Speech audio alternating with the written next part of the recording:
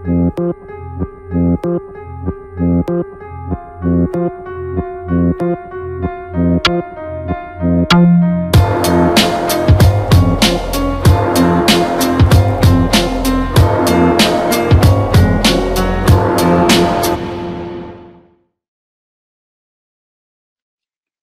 días o buenas tardes, dependiendo de dónde se encuentren, y bienvenidos, bienvenidas a otra edición más de Estratos. Yo soy Anaeli Ibarra y hoy tengo el gusto de conversar con Jorge Ferrer. Jorge, bienvenido. Jorge es escritor, periodista, traductor y pues nada, le doy la bienvenida acá a Estratos y lo tendremos conversando un poco sobre su trabajo, sobre su trayectoria y también sobre las vivencias que han ido marcando y pautando también esta trayectoria de vida y profesional. Así que bienvenido, Jorge. Gracias, Anael. Un placer enorme estar aquí contigo y con el Instituto Instar, que anima a mi muy querida Tania Bruguera. Jorge, bueno, a mí me gustaría comenzar, acá siempre digo como por los inicios, pero los inicios construyéndolos un poco también. Entonces, un poco el trabajo que llega de ti en los últimos años y también a que hemos accedido y agradecemos muchísimo, es el trabajo como traductor, digamos, de una buena parte de la literatura de la Europa del Este y de acceder sobre todo a estos ejercicios que son prácticamente procesos de reconstrucción también de la memoria, de accesos a archivos, sobre todo archivos familiares y sobre todo a voces que se van articulando desde la cotidianidad. Estoy pensando como en escritoras muy particulares a las que has traducido en los últimos años y que han permitido también introducirnos como a este debate de lo que ocurre después de lo que llamamos el postcomunismo, ¿no? Esta etapa del postcomunismo, la etapa de la postsoviética. Entonces, ¿cómo llegas tú a este trabajo de traducción? ¿Cómo llegas también a estas autoras, a estos autores? ¿Y qué implica también para ti como cubano traducir a estas figuras y acceder a ese trabajo, digamos, casi que genealógico, ¿no? Arqueológico de la memoria, Jorge? Es fantástico que comencemos por ahí y que me pidas que volvamos a pensar en los orígenes para llegar después a lo que he hecho y lo que hago ahora, porque en una conversación en la que hablaremos de la memoria, porque decía Derrida que el pasado de la memoria es su porvenir, que es una de las cosas probablemente que gravitan sobre la manera en que yo veo el pasado y la memoria y la deuda que tenemos con todo lo anterior. Decía también Derrida, yo debo, luego existo, haciéndole la trampa a Descartes, porque precisamente en esa deuda que más o menos resolvemos administrando la memoria de mejor o peor manera, es una de las maneras en las que existimos, sobre todo las personas que nos dedicamos a escribir. Busquemos ese inicio, porque has hecho un montón de preguntas en una y seguro después me podrás ayudar desglosándolas un poquito. Sí, llevo muchos años traduciendo literatura rusa, 20 años llevo traduciendo literatura rusa. Yo vivo en Barcelona, en España, aunque ahora les hablo desde el Delta del Ebro, un lugar también llenísimo de memoria, de memoria histórica, pero también memoria histórica relacionada sobre todo con la guerra civil, pero también de toda la memoria que entraña la naturaleza y la manera en que participamos de ella. Vivo en Barcelona, te decía, desde el año 94 y desde el año 2000, 2001 aproximadamente comencé a traducir literatura rusa como una ocupación constante. No traduzco muchos libros, tengo la suerte de poder no traducir demasiados libros, sino buscar proyectos que me sean de veras interesantes, ilusionantes y que de alguna manera consuenen, ¿verdad?, con las cosas en las que yo estoy pensando, con la manera en que me interesa vivir la cultura y vivir la escritura. Y efectivamente, con temas como la memoria he tenido la suerte de traducir libros extraordinarios, de los cuales, si me dejas, te pudiera comentar algunos. ¿Te parece bien? Claro. Mira, uno de ellos es un libro que hicimos para Galaxia, traduje para Galaxia Gutenberg, titulado El Libro Negro. El Libro Negro es un proyecto enorme, muchas maneras, es de muchas maneras enorme.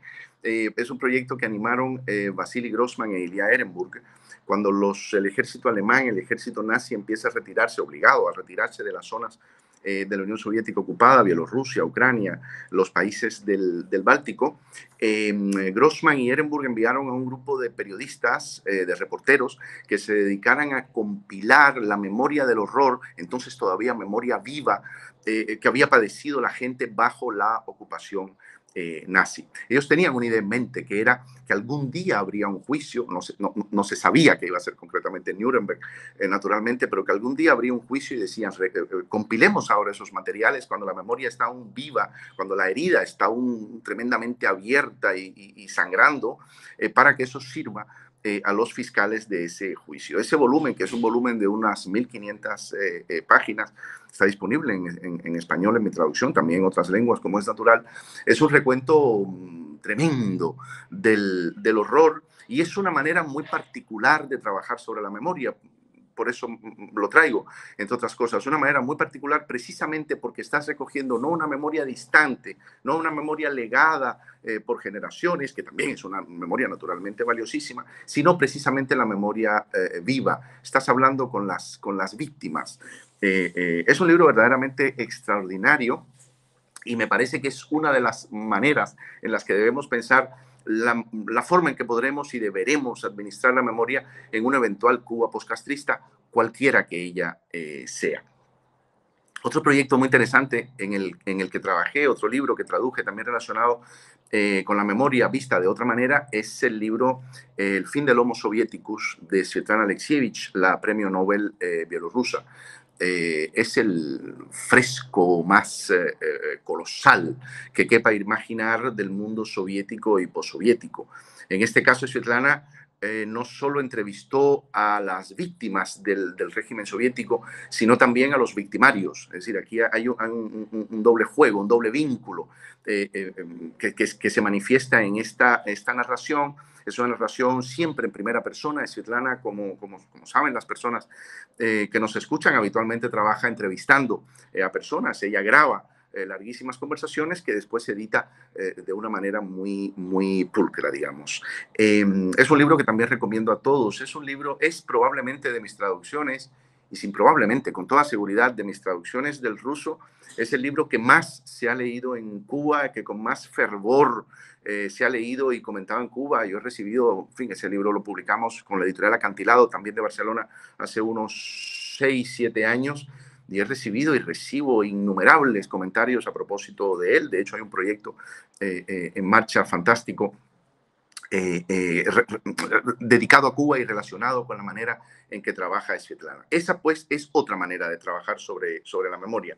Es una manera de recoger la memoria como un fresco en el que quepan todos y exponerla de una manera absolutamente natural, absolutamente espontánea, absolutamente, o sobre todo, digamos, no editada, no filtrada, sin la voz en off, digamos, de la autora. Y por último, me gustaría mencionar el último libro importante o de gran importancia que he traducido, que es el libro En memoria de la memoria. Aquí la palabra memoria la tenemos 2 veces en el título, de la colosal poeta y ensayista rusa María Stepanova.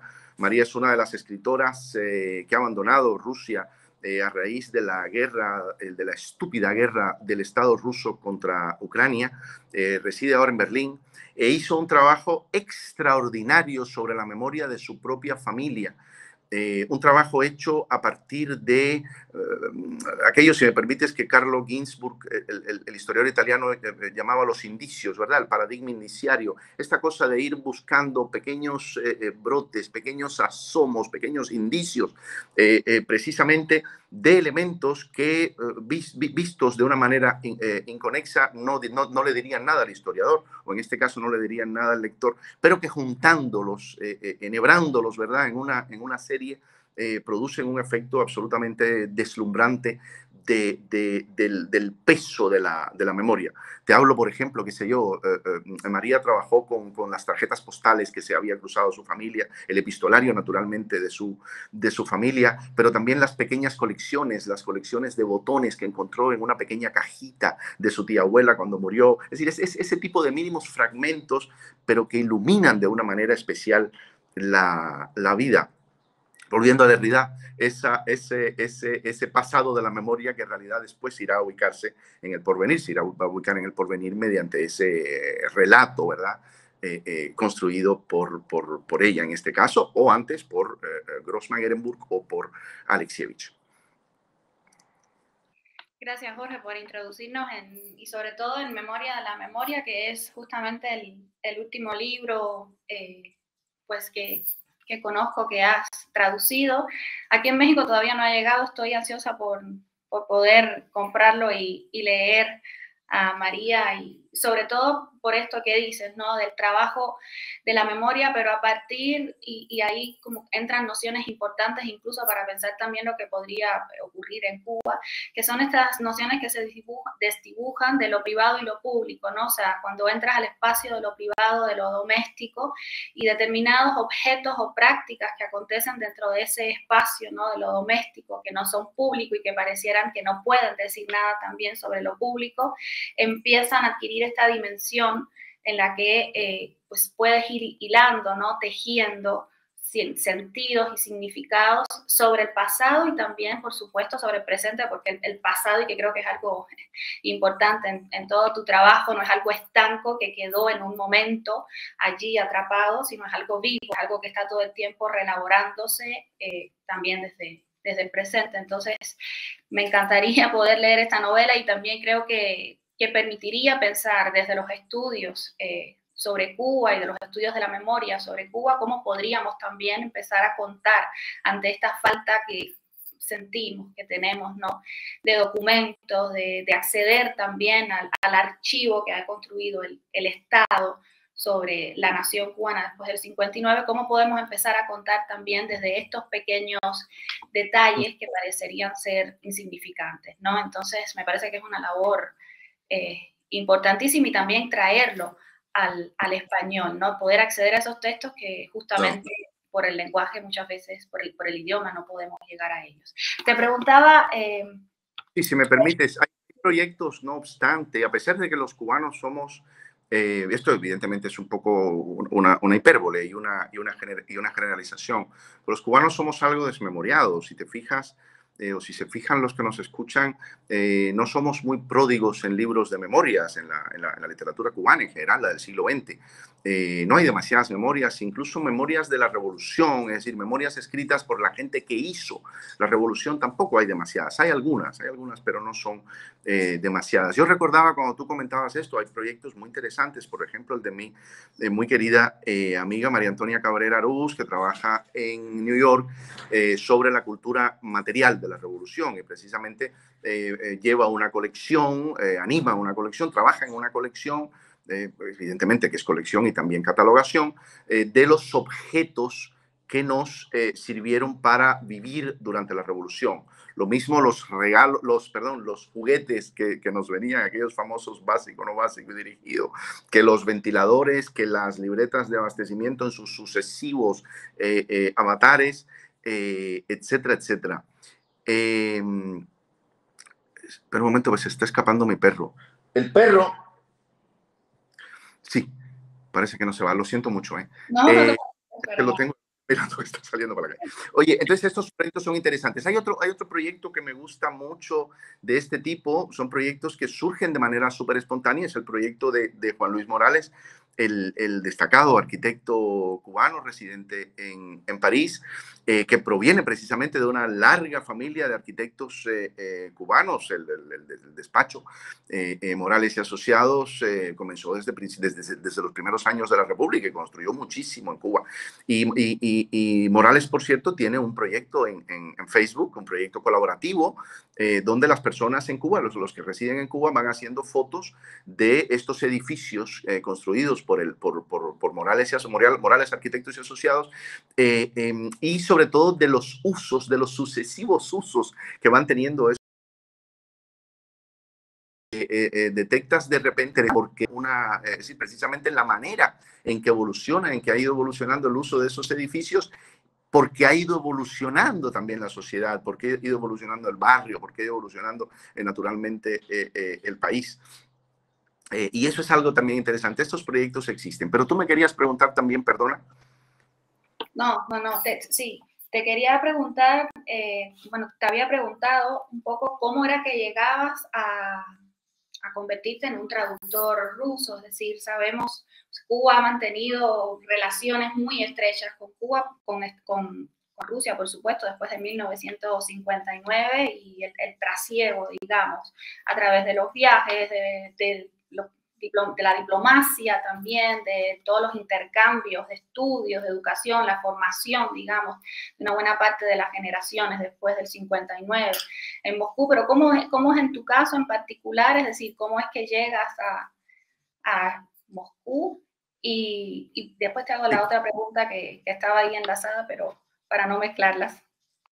Y yo me fui a Moscú siendo un niño, adolescente de 14 años, porque a mi padre lo nombran para un puesto allá. Mi padre era el vicepresidente de un banco, de estos bancos que tenían los países socialistas para su actividad comercial. Por lo tanto, llegué ahí a los 14 años, hice el universitario, después hice la universidad, con diferentes situaciones y acabé viviendo en total unos 8 años allí. Y esto, claro, esto ya marcó un vínculo con la lengua rusa que conocí desde esa edad. Además, en un proceso inmersivo absoluto, yo llego ahí, no sabía una palabra ruso, me meten en una escuela rusa, y entonces, en fin, tengo que aprender a toda velocidad. Y lo hice, por cierto, leyendo poesía. Me dijeron que era la mejor manera, y las personas que, en fin, que me ayudaron a empezar a entender el ruso, que eran los vecinos que vivían, los vecinos soviéticos que vivían puerta con nosotros, que era una familia extraordinariamente amante de la poesía. Me dijeron, no, lo que tienes es que leer poesía. Entonces me obligaban, bueno, son decir, a leer poesía, a repetirla, a aprenderla de memoria. Entonces con Pushkin, con Lermontov, empecé a entender a qué sonaba aquello, ¿no? Y bueno, eso evidentemente ya marcó una relación que ha perdurado ya, en fin, para siempre. No me ocupo exclusivamente de Rusia, como no me ocupo exclusivamente de Cuba. Probablemente de lo que yo me ocupe sobre todo es de mí mismo. Quiero decir, de la manera en que veo a Cuba, de que veo a Rusia y que veo el resto de las cosas, pero Rusia sin duda es una presencia, en fin, absoluta en mi vida y todo abarcadora, ¿no? Te iba a preguntar ahí, hacía un paréntesis entonces con la pregunta, la pongo en suspenso por un ratito. Te iba a preguntar un poco, o sea, supongo que viviste en estos años en los que pues, va cambiando de una manera acelerada ya todo en la Unión Soviética, específicamente en Moscú, donde estabas, y también donde la juventud pues juega un papel importante. O sea, ¿cómo viviste estos cambios? O sea, los 80, los 90, me decías que regresas en el 90, ¿no? A Claro, Cuba, cuando empiezan a aparecer ya como signos muy visibles en el paisaje de Moscú de este cambio, ¿no? esos son justo la década que yo vivo, casi una década que vivo en Moscú, es precisamente la de los años 80. Yo llego en el 81. Los cambios de manera más acelerada comienzan con Gorbachev a partir del año 1985, es justo el año en que yo entro a la universidad y viví toda esa época, en fin, moviéndome entre el underground soviético y viendo toda aquella maravilla absoluta que era el desmontaje de un sistema inicuo, ¿no? Como era el sistema soviético. Y efectivamente, eso pues, tuvo una impronta en mí, como en muchos de mi generación, de los que estuvimos allí en la URSS, en Moscú, en mi caso, otros en otras ciudades, tuvo una impronta fundamental, que es la que me lleva después a llegar a Cuba, a integrarme en el grupo Paideia, del cual soy uno de los fundadores, e intentar provocar un cambio democratizador en Cuba. Lo hicimos desde la cultura. Yo creo que el tema de Paideia es bastante conocido, se ha hablado de él no poco en los últimos años, incluso se volvió a hablar bastante a raíz de las manifestaciones de los artistas jóvenes cubanos del año pasado. Y eso evidentemente tiene una conexión, la conexión rusa con esto. Yo recuerdo una de las cosas más peculiares, si quieres, que hicimos en Paideia, era el centenario de Gramsci, y quisimos organizar, de manera por supuesto paralela a todas las instituciones, dentro de Paideia, un coloquio sobre Gramsci en La Habana. Y no se nos ocurrió una idea mejor que ir a pedirle apoyo a la Embajada de Rusia, que la Embajada de Rusia nos ayudara a financiar los viajes de los académicos gramscianos que queríamos invitar a Cuba para trabajar con nosotros ahí. Y yo, es un recuerdo que tengo grabado de una manera muy particular, sentado yo y otro colega mío, otros muchachos de 20 años, con un funcionario todavía soviético, aunque de una Unión Soviética en cambio, en aquel edificio absolutamente extraño que tiene la Embajada Soviética en La Habana, y explicándole, no, es que nosotros somos alternativos, entonces lo que nos interesa es Gramsci, el marxismo distinto, marxismo que va por lo tal, y queremos que ustedes están en cambio, entonces como están en cambio, entenderán que nosotros también, por supuesto, aquello acabó con una palmadita en la espalda y jamás volvemos a saber de ellos, ¿no? Pero efectivamente este nexo lo había. Después yo vivo en Cuba poco, yo llego a Cuba, como te decía, en el año 90 y me marcho en el 94, es decir, prácticamente escapo en cuanto puedo. Y desde el año 94, por eso, que el año próximo hará 30 años, vivo en Barcelona.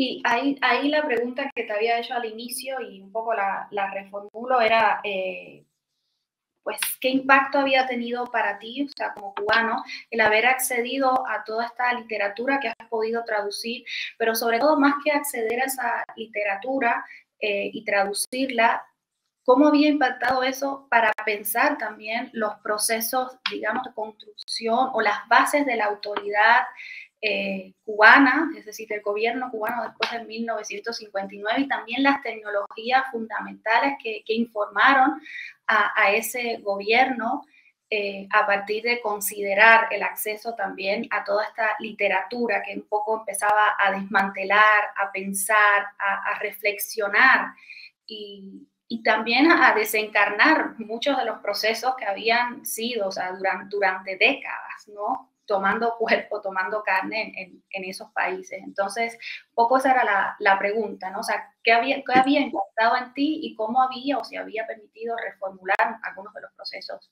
en Sí, Cuba? lo mejor del caso ruso es precisamente lo peor que tiene, si me permites el retruécano, ¿no? Porque el caso ruso es especialmente singular dentro de los distintos procesos de administración de la memoria del pasado comunista en los países de Europa del Este. Si en otros se produjeron, por ejemplo, momentos de ilustración, es decir, ilustración en el sentido, no en el sentido romano, sino en el sentido moderno de la expresión, que es decir, es la depuración de las instituciones del Estado, de las personas que habían tenido responsabilidad en la represión anterior, eso en Rusia no se produjo. Como tampoco se produjo en Rusia una apertura de los archivos que permitieran que investigadores, pero sobre todo también particulares, pudieran acceder a lo que el Estado había, la información que el Estado había compilado sobre ellos. En Rusia hubo episodios brevísimos. Hubo, por ejemplo, y es un libro en cuya última edición trabajé, el libro que hizo Vitaly Shentalinsky, un escritor que se le ocurrió en los primerísimos momentos del cambio en la Unión Soviética, todavía en los 80, hacer una solicitud mediante la Unión de Escritores al KGB para poder acceder a los archivos a los expedientes, perdón, de los escritores que habían sido represaliados, torturados, asesinados, enviados al Gulag, etcétera. Esto le permitió a Vitaly hacer un trabajo absolutamente extraordinario, pero esto se cerró enseguida. Es decir, después no se ha podido continuar. Yo siempre he pensado, lo hemos pensado muchas personas, se dijo bastante, aún antes de que comenzara la guerra de Rusia contra Ucrania y ya todo estuviera absolutamente claro en cuanto a qué es Rusia hoy, pero aún antes ya decíamos, claro, un país que no es capaz de administrar su memoria, de trabajar con su memoria de una manera abierta, es decir, en definitiva, censurar desde el Estado, desde las instituciones del Estado, la represión anterior, no puede ser un país sano, es decir, no puede tener un porvenir sano, porque la memoria, hoy parece que estamos derridianos, será el del cerebro, la memoria también tiene un efecto de fármaco, ¿verdad? De fármaco, de medicina, es decir, la memoria sana de alguna manera y de una manera, bueno, generalmente muy responsable. Pensemos, por ejemplo, cambiando un poco de tercio, pero no tanto, en lo que se ha hecho en otros muchos países que han salido de regímenes autoritarios o claramente asesinos. Ha pasado en Centroamérica, en Sudáfrica, donde se han creado comisiones de la verdad, que en definitiva son comisiones de la memoria, donde en algunos casos se invita, en otros de alguna manera se obliga a que la gente exponga víctimas y victimarios qué hizo en el pasado, qué hizo en ese momento ya superado para conjurar la posibilidad de que momentos así se puedan producir. Pues bien, eso en Rusia no sucedió. Entonces, Rusia es un país que nunca hizo las paces con su pasado, porque el régimen de Putin inmediatamente prefirió no solo no denunciar el pasado, sino comenzar a ensalzarlo de una manera muy particular. No te hablo de oídas. Yo he estado, por cierto, eso lo he escrito en una crónica que escribí hace algún tiempo para El Estornudo, hace 2 años, cuando hice el Transiberiano. Yo he estado frente a retratos inmensos de Stalin en el medio de una carretera en Siberia. Stalin, que, en fin, fue un asesino de masas, ¿no? Es decir, es un país que eso no lo ha resuelto. Y si no se resuelven esas cosas, tú mencionabas Cuba, ¿qué podría pasar en Cuba? Bueno, Cuba decididamente tenemos que trabajar de una manera tremenda sobre el pasado. Ahora, hay cosas fantásticas que hemos visto últimamente, y una de ellas es que la querel, ¿verdad? La disputa por el pasado en Cuba está súper abierta, y que los jóvenes escritores, cineastas, lo que ha hecho últimamente Pavel Giroux con el caso Padilla, y muchos otros, tienen un interés enorme en ese trabajo sobre la memoria. Creo que se ha ganado una comprensión de que es necesario aclarar qué hemos sido para de esa manera comprar o alquilar, al menos alquilarnos un porvenir. Ha salido un libro recientemente sobre la OMAP, que no carece de interés. La OMAP, que era un tema del que, en fin, había poco escrito, o por lo menos poco sustancial, más allá de aquellas breves memorias de Jorge Mario. Han salido algunas otras cosas que demuestran, pero sobre todo hemos visto a raíz del documental de Pavel y de los vídeos, buena parte de los vídeos de la autocrítica de Padilla, que yo mismo obtuve y publiqué en mi canal de YouTube, hemos visto la discusión que se formó en torno a eso, una discusión además súper intergeneracional. Hemos visto que la querel por la memoria está abierta. Yo creo que eso es fantástico. Bueno, vamos a ver cuánto seguimos trabajando en ello y de qué manera, ¿no? Hay muchas maneras de ver la memoria. Si quieres, después hablamos un poquito de la nostalgia, porque la memoria es un animal bastante curioso y que tiene muchas bocas, ¿no? Sí, ahí voy a aprovechar que ya más o menos estás introduciendo el tema de lo que acaba de ocurrir con Padilla y con el documental de Pavel, y la liberación que hiciste tú también de los materiales, para preguntarte un poco sobre más bien la discusión que se ha generado en torno a la liberación, digamos, de este documento, porque sobre todo desde mi perspectiva he estado más enfocada en el documento, es decir, en el archivo como fuente, pero no en el archivo también como lugar, ¿no? Que es como una de las grandes demandas y de las críticas que también se hacen desde muchos de los campos, ¿no? de pensamiento y reflexión hoy. Entonces, ¿qué pasa también con este documento, digamos, histórico que supuestamente se libera, que es y que vamos solo como hacia la fuente, ¿no? Y a pensarlo como fuente, pero no a pensar también la importancia de los lugares y de cómo los lugares de los que viene, de las maneras en las que se libera, de las maneras en las que se socializa, pues también tienen o están implicados ahí significados muy, muy importantes, ¿no? Para pensar. Entonces, un poco, ¿cómo ubicas tú esta discusión? ¿Qué pasa también con estos documentos que, como tú decías, no estábamos ajenos a lo que había, o sea, lo has dicho creo que en otras entrevistas, no estábamos ajenos a lo que había pasado, lo que no habíamos accedido a este material audiovisual, pero teníamos las transcripciones, conocíamos el hecho. Claro, es justo lo que te quería decir. Una de las cosas curiosas que ha sucedido con esto, y por eso me parece que es todavía mejor para que meditemos, para que reparemos y meditemos en lo desmemoriados que somos, es que se ha generado todo un debate intensísimo, yo creo que en términos generales muy saludable, en torno a este asunto, pero novedad como novedad había poca, es decir, el texto de lo que dijo Padilla lo conocíamos perfectamente, además están las memorias de Padilla, La mala memoria, que es un título absolutamente fabuloso, el de su libro de memorias.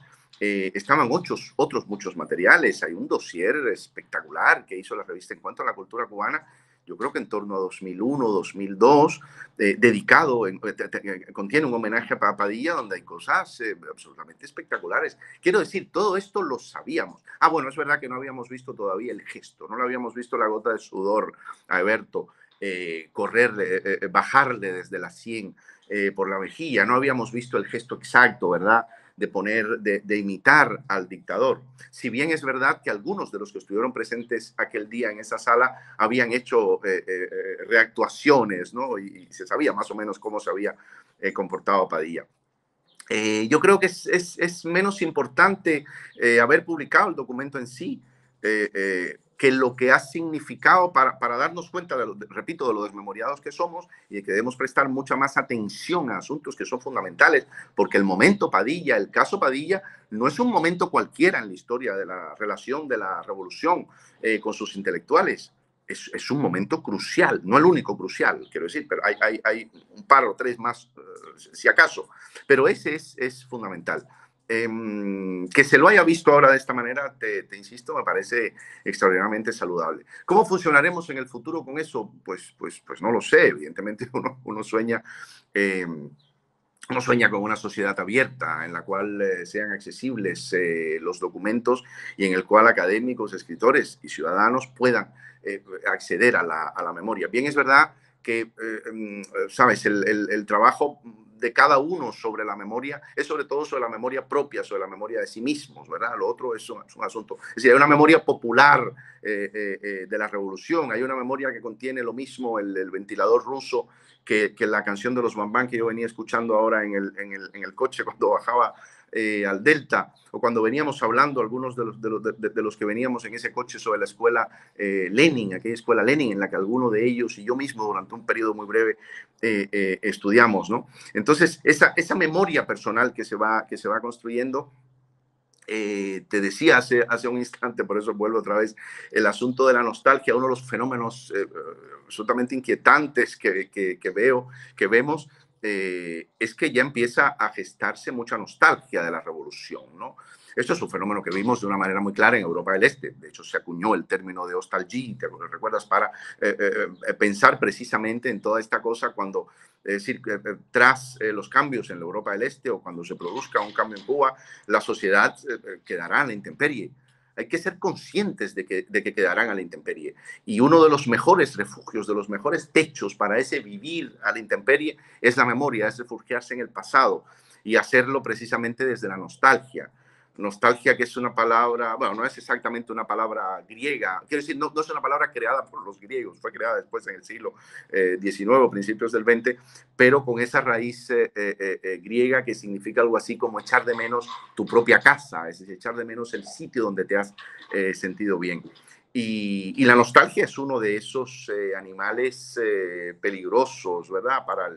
Para el futuro, porque es una suerte de refugio fácil que invita, que ayuda a olvidar lo que fue el pasado, es decir, el nivel de violencia que significó la revolución, como lo significa cualquier proceso histórico de esa envergadura en una sociedad absolutamente vertical, absolutamente autoritaria, absolutamente monopartidista e ideológicamente muy cargada de nacionalismo, de odio, etcétera, etcétera, ¿no?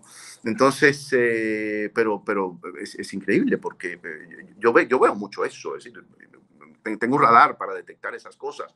Mira, hay un fenómeno súper curioso, por ejemplo, dentro de esto de la nostalgia, saliendo un poco, pero aún presos de ella, que es este asunto ahora de deslegitimar al gobierno de Díaz-Canel, viéndolo como una persona, en fin, mediocre, que lo es, mediocre, incapaz, etcétera, etcétera.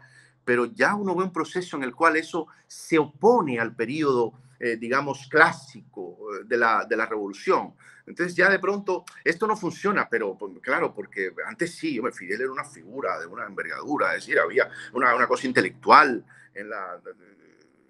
Es increíble, es un proceso que estamos viendo ahora mismo cómo sucede, ¿no? Ya estamos blanqueando al castrismo incluso antes de que acabe, es una cosa extraordinaria. Por eso es tremendamente importante que trabajemos sobre la memoria. Lo que se ha hecho en Rusia con estos autores, yo te decía, es todavía más interesante. El caso de Stepanova, que por cierto no es una novela, es un libro de no ficción.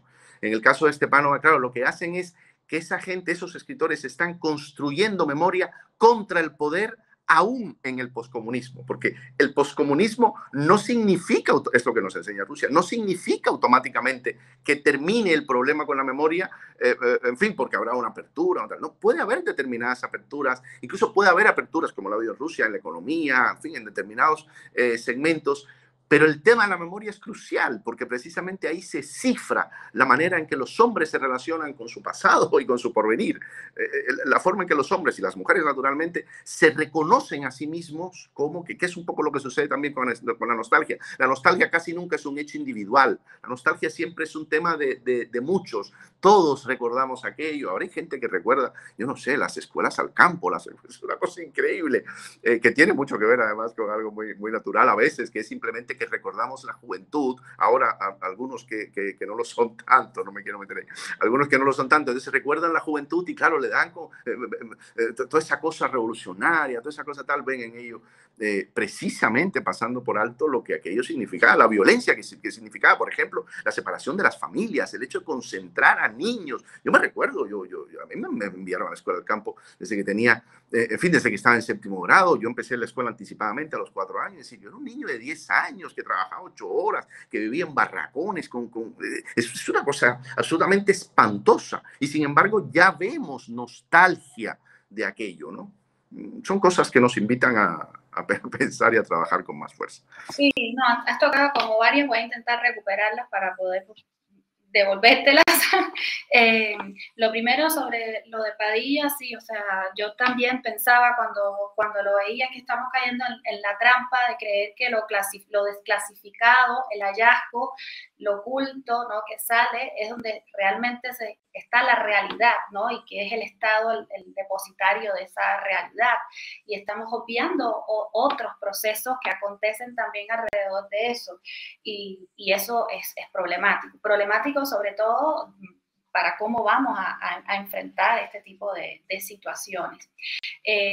Sobre la nostalgia, yo te quería preguntar ahí específicamente si no veías también como una cierta conexión, un poco con la caída, más que la caída, yo le diría la desaparición de la utopía sobre todo como la base sobre la que se construye esa promesa, ¿no?, de la nación, y sobre todo de estas naciones, ¿no?, como la nación cubana después del año 59, que es esta promesa de alcanzar realmente una nación que había sido de alguna manera negada hasta ese momento, porque además tiene una historia, o sea, está atravesada por una historia colonial muy particular, ¿no?, como de este lado, como en América Latina, en África, en Asia también.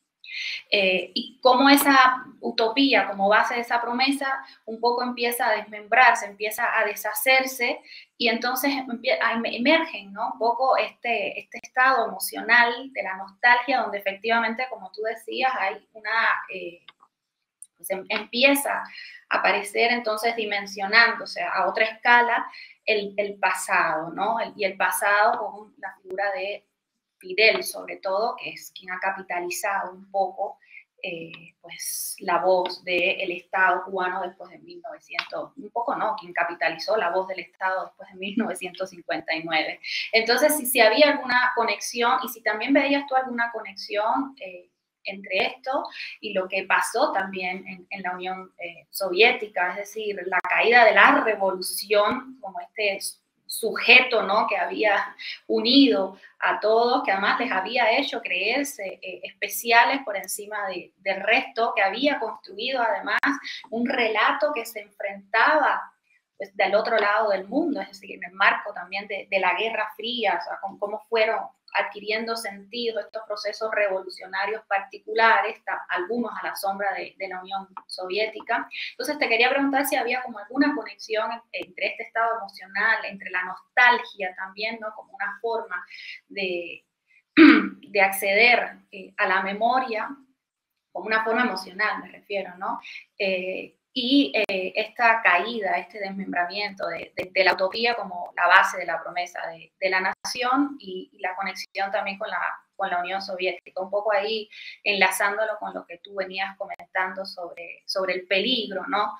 De, a fuerza de criticar este momento, de repente, o sea, a la inversa, empezar entonces como una especie de negativo positivo a ver el pasado de otra manera y a empezar a sentir además la necesidad de ese pasado y engrandecerlo. Sí, me parece una manera fantástica de verlo, pensar juntas el fin de las utopías, por decirlo de manera muy económica, el fin de las utopías con la emergencia de las nostalgias y digámoslas si me dejas en plural.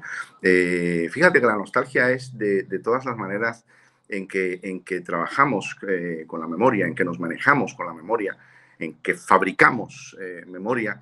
La nostalgia es probablemente, lo decía de alguna manera Svetlana Boym, la académico rusa norteamericana, la nostalgia es la más asociada, la más próxima a la literatura, a la fantasía. En ese sentido es pensaba ahora cuando te escuchaba, es muy hermana o prima hermana de la utopía, ¿no? Hay ese punto, por lo menos de la utopía en el sentido clásico. En la nostalgia siempre hay ese punto de invención. Hay una manera en la que el hombre se relaciona con su pasado, no desde la resiedumbre del historiador o del archivo o de la tabla o la secuencia estadística, sino precisamente creando fantasía, creando ilusión, pariendo ilusión. En ese sentido, la nostalgia es imanta tanto, ¿verdad? A la gente que se siente, como decíamos ahorita, en esta situación de intemperie, en esta situación de desamparo, una situación de desamparo que tiene mucho que ver efectivamente con el fin de las utopías. Es de todas maneras curioso, porque, en fin, hay una engañifa de fondo en el asunto, es decir, cuando caen los regímenes en la Europa del Este, en Rusia, en Alemania del Este, por la nostalgia, etcétera. Es decir, la sociedad es más o menos, es un sentimiento mayoritario en la sociedad el hecho de que el régimen anterior fue un régimen inicuo, fue un régimen que reprimía las libertades, que era un régimen que permitía, tal vez con la excepción de la RDA, donde, como sabemos, en fin, se vivía por la situación particular que se tenía entre el Berlín Este y el Oeste. El Berlín Este era el escaparate, precisamente el escaparate de la utopía, ¿verdad? Pero por lo general se vivía en una situación de miseria administrada por el Estado, ¿no? Era como para decirlo en cubano, era como una oficoda gigante, ¿verdad? Que nos regía la vida, sin mencionar el hecho evidente de la represión, de la libertad individual, de la represión de la iniciativa individual, etcétera, etcétera. Pasa que después se producen estos procesos que hemos visto, sobre todo en los primeros 20 años de este siglo, la eclosión de los populismos, el fin de las utopías, y esa situación de desamparo efectivamente ha movido a mucha gente, a alguna gente, tampoco hay que exagerar, pero alguna gente la ha movido, porque en general lo que ha hecho es mover a la gente hacia los extremos, ¿verdad? Lo que ha hecho la situación de desamparo es mover a la gente, a los votantes, hacia los extremos políticos, de extrema derecha a la extrema izquierda. Eso lo vemos prácticamente en todo el mundo. Pero también ha movido a algunos a pensar en la nostalgia. Rusia es un país, por ejemplo, que es del que hemos hablado hoy principalmente, es un país profundamente anclado en la nostalgia del pasado, y lo ha sido así en los últimos 20 años, en la televisión, en la propia conversación pública, ¿verdad? Permanentemente se está hablando, ensalzando ese pasado soviético, además de una manera absolutamente magnífica en términos literarios, absolutamente magnífica. Se reunían en su grandeza el pasado soviético y el pasado zarista, que habían sido los dos mayores opuestos imaginables. Es lo que ha hecho Putin. Lo que ha hecho Putin es fundir esos dos pasados en uno solo, en una misma tradición, muy a lo Eric Hobsbawm, ¿verdad? Y la manera en que se inventan las tradiciones, se fabrican las tradiciones, y de pronto se ha llegado al punto en el que estamos aquí. Por eso, sin duda, trabajar sobre la memoria, organizar la memoria, conocer lo que fuimos, lo que debemos al pasado, es lo que seguramente nos ayudará a tener un futuro, en fin, más o menos sano, más o menos sabiamente gestionado. Pero había otro aspecto de tu pregunta que me da la impresión que he olvidado. Si me lo quieres recordar, vamos a él. De la pregunta, lo que te había preguntado sobre qué pasaba con... Pues yo creo que lo respondiste, o sea, te preguntaba sobre pues qué rol jugaba un poco la nostalgia en relación con las utopías. Yo creo que eso está perfecto y me hizo pensar a mí también un poco sobre el lugar de la fantasía, ¿no? O sea, ninguna nación se sostiene sin las fantasías nacionales que hacen posible justamente generar esos efectos de comunidad nacional, ¿no? Entonces creo que pues justamente estamos viviendo una crisis, ¿no? De todas esas fantasías nacionales y por lo tanto también del deseo, que es un poco lo que articula la fantasía con lo que te hace ser realmente o pertenecer a una nación, que es la ciudadanía. Entonces, por ahí creo que hay como mucha tela para cortar y pensar. Quería preguntarte, porque hemos estado hablando de la memoria, pero tú también has traído, y es importante, o sea, creo que no podemos pensar la memoria sin la amnesia, sin el olvido, sin lo que queda afuera, lo que no está dicho, lo que no se nombra incluso todavía. Y quería preguntarte en ese caso por los procesos de administración del olvido en estas sociedades en particular y también las tecnologías de gobierno, ¿no? Que son las que permiten de alguna manera pues administrarlo y producir. Claro, porque el Estado es un gran fabricante de memoria, pero el Estado al mismo tiempo es una fábrica tremenda de olvido, porque el Estado es mediante el sistema de educación pública, es decir, empezando por el sistema de educación pública y de ahí en adelante, estamos hablando sobre todo de los estados autoritarios, pero esto vale para diversos tipos de Estado. El Estado, decía, fabrica memoria, pero también fabrica olvido, y es en esa dinámica en lo que nos metemos. Mira, hay una cosa muy interesante, volviendo a Rusia, pues creo que nos interesa hablar de Rusia. En Rusia, por ejemplo, cuando termina el régimen soviético, surgen de manera simultánea y paralela dos sociedades que se abrogan el derecho de hablar sobre la memoria. Una es la sociedad memorial, así llamada, en ruso, la sociedad memorial, que es la que se dedica a la vindicación del pasado de los represaliados por el régimen estalinista. Está, en fin, lleva entre sus fundadores al académico Sájarov, que había sido represaliado, a su mujer, Bonner, en fin, digamos, se dedican a este tipo de cosas, a explicar qué era el Gulag, organizan museos en determinados Gulags, llevan a las escuelas, en fin, todo tipo de exposiciones para que se entienda lo que fue el pasado. Pero simétricamente y desde el poder, desde el KGB, se crea otra sociedad, que es la sociedad Pamiats. Pamiats es la palabra rusa para memoria. Esta se llama memorial, esta se llama memoria también, pero en fin. Y esta es una que lo que hace es empieza reivindicando el pasado monárquico, una grandeza, una grandeza de Rusia, de una Rusia histórica. A la postre, no hace falta mucho explicarlo demasiado, la que ganó fue la segunda, y Memorial, de hecho, ahora está prohibida en Rusia, y en los últimos meses hemos visto que han ido a fin a cerrar las últimas oficinas que les quedaban. Memorial, por cierto, que recibió el premio Nobel de la Paz exequo en la última edición de esos premios. Es decir, que efectivamente el Estado, como decíamos, construye memoria, pero también construye olvido. Enfrentar ese proceso de olvido selectivo, obligatorio, y en buena parte masivo, es una tarea obligada del historiador, del escritor y, si me apuras, del ciudadano. Una de las buenas maneras, creo, de enfrentar eso es algo que mencionábamos antes, que es la manera en que se construye. Hay una memoria académica, hay una memoria, en fin, que construye la academia, que construyen las instituciones, pero además está la memoria de la gente, lo que cada uno transmite dentro de su familia. Muchos hemos tenido familias donde ha habido una extraordinaria complejidad. Yo ahora mismo escribo un libro sobre la mía, con enormes complejidades que revelan de una manera tremendamente diáfana, tremendamente luminosa, lo que fue la revolución y lo que somos aquellos que salimos de ella, ¿no? Que fuimos criados por ella y que algunos siguen viviendo allí u otros, en fin, hemos escapado, hemos hecho nuestras vidas en otra parte. Ya que me mencionas sobre el trabajo que estás haciendo con las memorias familiares, quería preguntarte específicamente sobre el trabajo que se puede hacer a partir del archivo familiar, a partir de las memorias compartidas en la familia, y un poco enlazarlo también a que has estado trayendo a Derrida a la conversación, con justamente la relectura que él hace de Freud y de todo el trabajo que hace Freud sobre el aparato psíquico y el trabajo de la memoria y la borradura, la tachadura, ¿no? Y estas huellas que quedan de justamente de lo que se suprime, de lo que se elimina, de lo que parece que no está, pero ahí quedan, ¿no? O sea, siempre hay una huella. Y cómo es ese proceso de rastrear esas huellas, incluso desde lo familiar, es decir, cómo permiten también desde esas huellas y desde lo familiar, que parecería que es como lo micro, ¿no? Es decir, lo pequeño, contar también, pues, la historia de un poco, y reconstruir también un poco la historia de un país. Sí, porque la culpa es repartida sin duda, o la responsabilidad, si preferimos, es compartida entre el Estado y nosotros mismos, ¿no?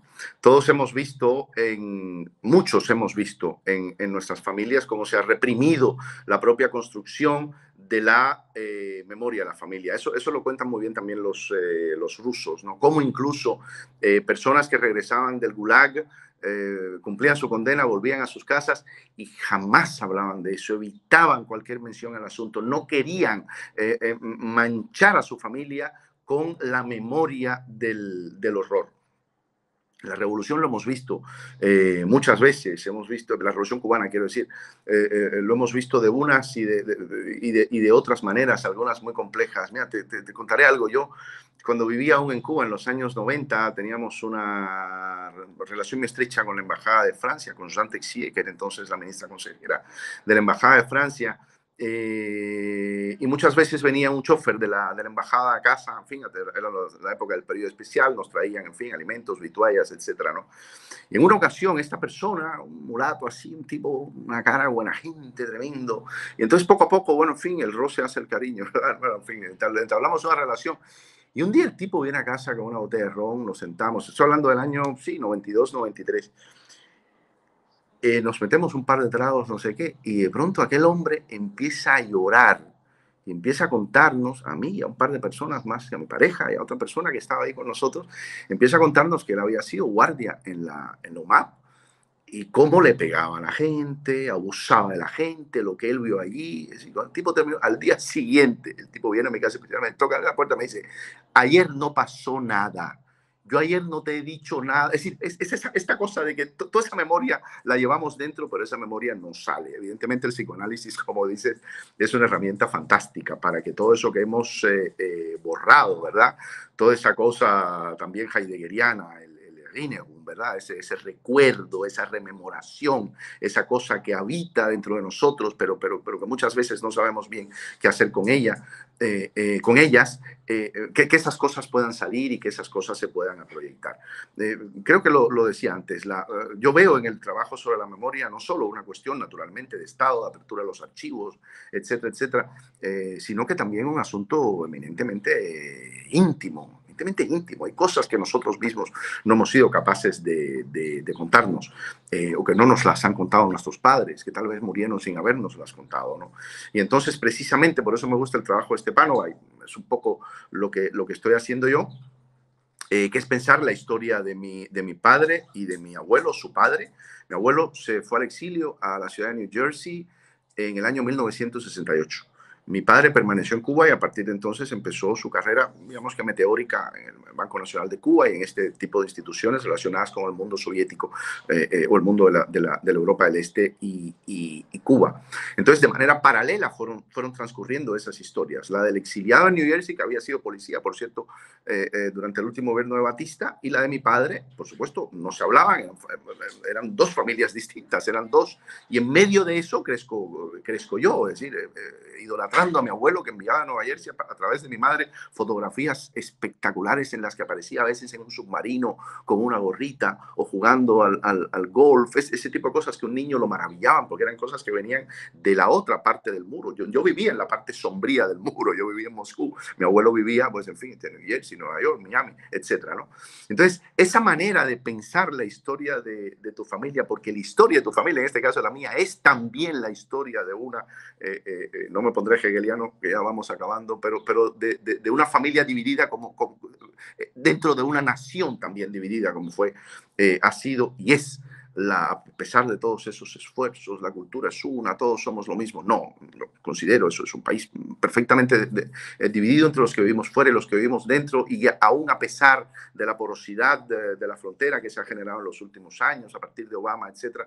En fin, esa es la situación. Y por eso esa manera precisamente escindida que muchos de nosotros hemos conocido en nuestras familias, en nuestros círculos de conocidos, de amigos, nuestra familia más estrecha, pero también en la más amplia, pensar la memoria, pensarnos a nosotros mismos desde ese espacio, desde el espacio de la bifurcación entre los revolucionarios y los contrarrevolucionarios, ¿verdad? Entre los de La Habana y los de Miami, etcétera, etcétera, etcétera. Pienso que es algo extremadamente útil para conocernos y también para habitar ese futuro, que habitarán nuestros hijos, en definitiva, ¿no?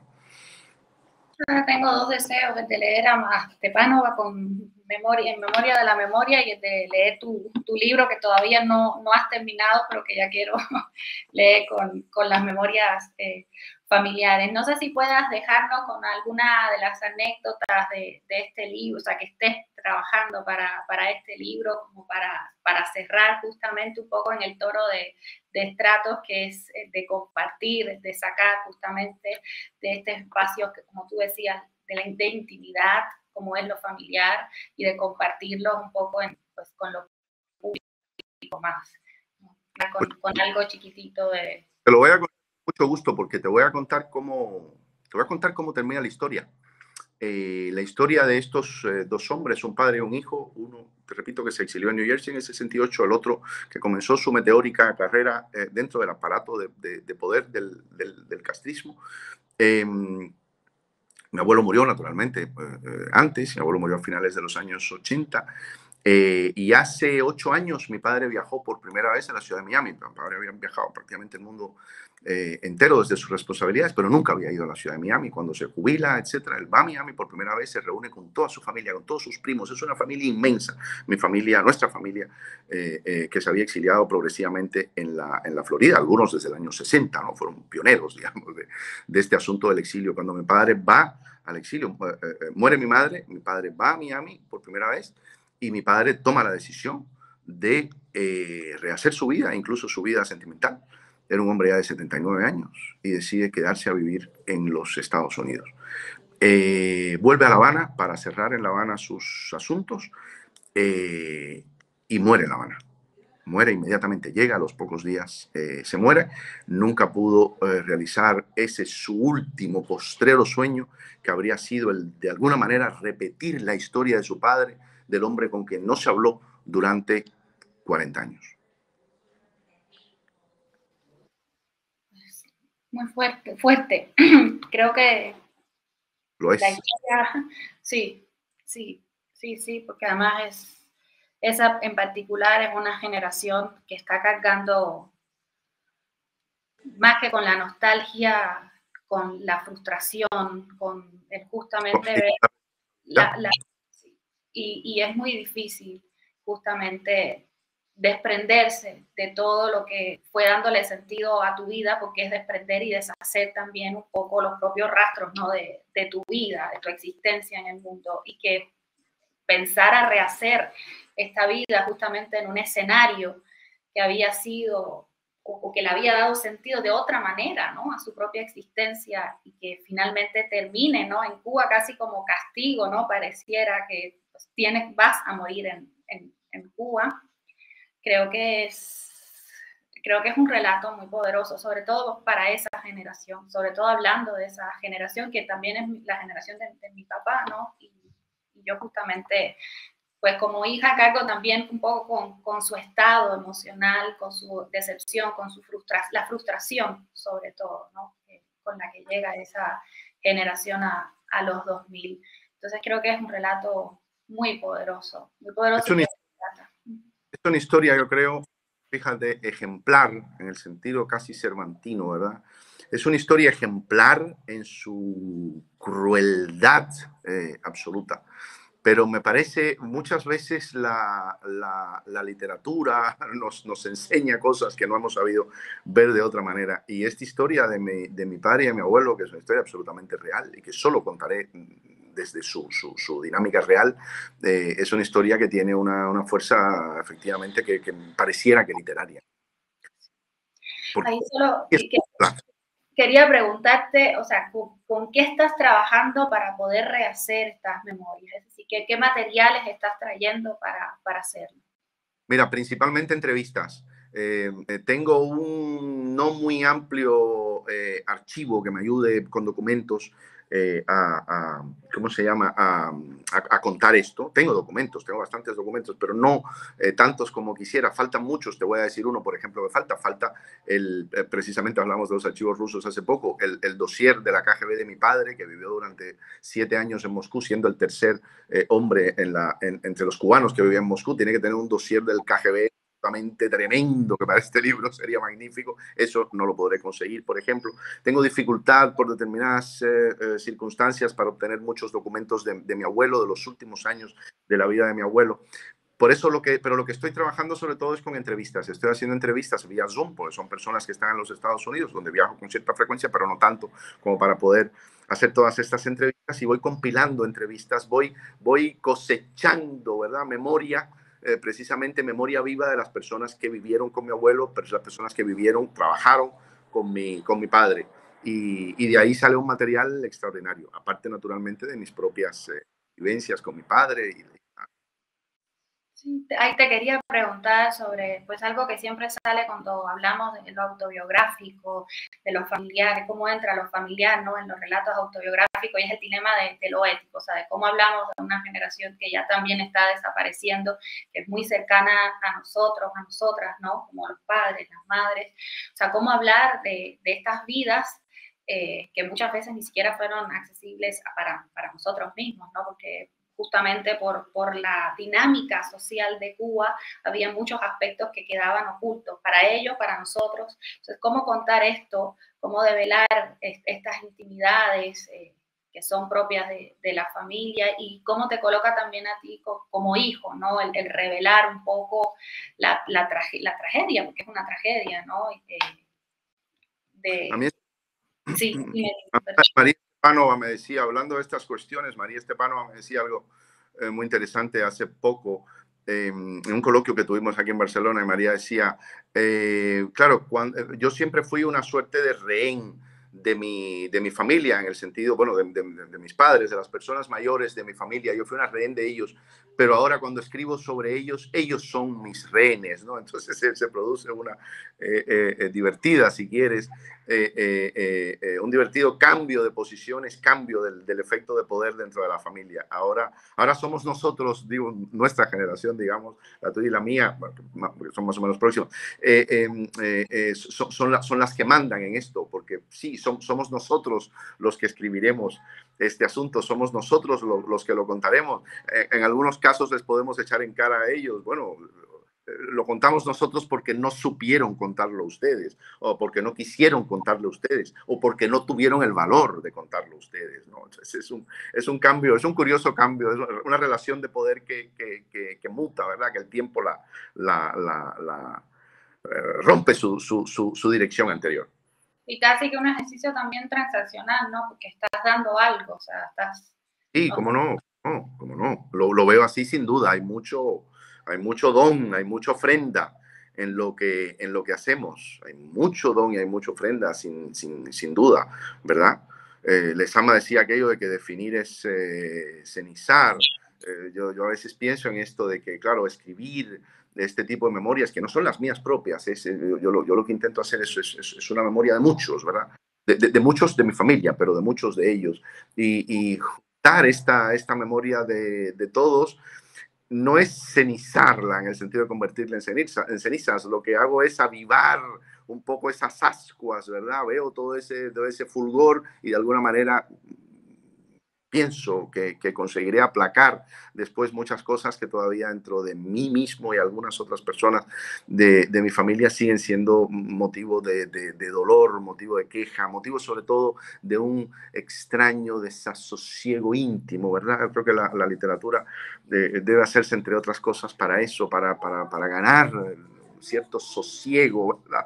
Con nuestro pasado y, en fin, ese pasado que creo que comenzamos diciendo, ¿verdad? Que el pasado de la memoria es nuestro porvenir, ¿verdad? Mira, esto casi que podemos, bueno, que vamos terminando ahí, ¿no? Sí, como conciliación también, o sea, creo que la escritura te permite eso, o sea, te permite reconciliarte y habitar esas memorias de otras maneras, ¿no?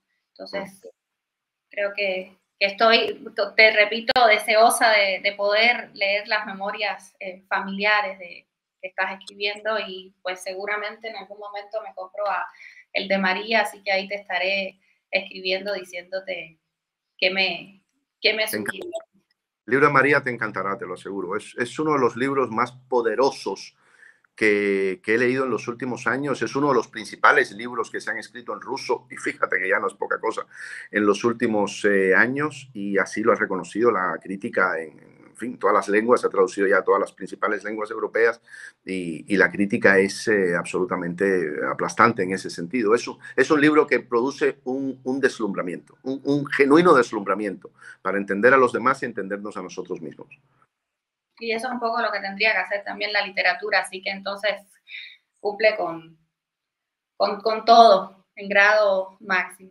Te agradezco muchísimo, Jorge, que nos hayas dado la entrevista, que nos las hayas dado también en medio de sus vacaciones, porque Jorge está vacacionando y nos ha cedido esta hora para conversar también sobre memoria, como hemos terminado conversando sobre la memoria, sobre la Unión Soviética y sobre Cuba, por supuesto, ¿no? Con el pretexto siempre de hablar de Cuba. Entonces, te agradezco muchísimo, Jorge, que nos hayas cedido esta hora para conversar y que nos hayas compartido también parte de tu vida personal, que la hayas ido intercalando, que eso siempre lo agradecemos muchísimo en Estratos. Y pues nada, agradecerte nuevamente muchísimo y agradecerle también a todas las personas que nos escuchan, que nos siguen y que permiten que existan espacios como estos, ¿no? Que también pretendemos justo hacer eso, ¿no? Un poco de memoria y generando archivos sobre Cuba. Ha sido un placer tremendo estar contigo y con la gente que nos escuche, ojalá que mucha. Saludo al instituto. En fin, seguimos andando juntos. Muchísimas gracias, Jorge. Gracias.